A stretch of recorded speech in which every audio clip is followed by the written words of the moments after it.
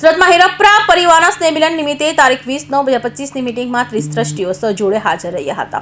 આવનારા તારીખ 4/1/26ના રોજ રાખેલા સ્નેહમિલન સમારોહ કાર્યક્રમ બાબતે ચર્ચા વિચારણાઓ કરવામાં આવી હતી. હિરપ્રા પરિવારના 73 ટ્રસ્ટીઓ મીટિંગમાં અને નવા 3 ટ્રસ્ટીઓ જોડાયા. કુલ 76 ટ્રસ્ટીઓ થઈ ચૂક્યા છે.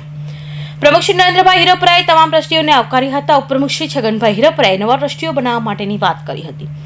મંત્રી શ્રી હિતેશભાઈ હિરપરાએ આવનારા કાર્યક્રમની માહિતી આપી હતી. મીટિંગનું સૌજન્ય વિપુલભાઈ હિરપરા મજેવડી તરફથી પ્રાપ્ત થતું હતું. નવા આવેલા 3 ટ્રસ્ટીઓનું સન્માન કરવામાં આવ્યું હતું. તેમજ વિપુલભાઈ હિરપરાનું પણ સન્માન કર્યું હતું. મીટિંગના અંતે આભાર દર્શન જયેશભાઈ હિરપરાએ કર્યું હતું.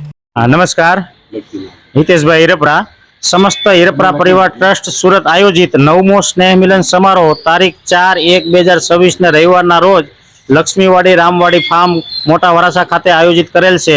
તો સમસ્ત હિરપરા પરિવાર ટ્રસ્ટ વતી હિરપરા પરિવારના દરેક ભાઈઓ બહેનોને આ કાર્યક્રમમાં પધારવા માટે ભાવભર્યું આમંત્રણ પાઠવવામાં આવે છે. મારું નામ નરેન્દ્ર બાબુભાઈ હિરપરા, પ્રમુખ હિરપરા પરિવાર ટ્રસ્ટ.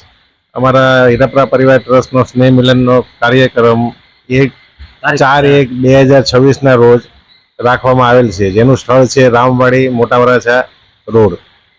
અને તે માટે સૌ હિરપરા ભાઈઓએ ફરજિયાત આવવા માટે આમંત્રણ છે.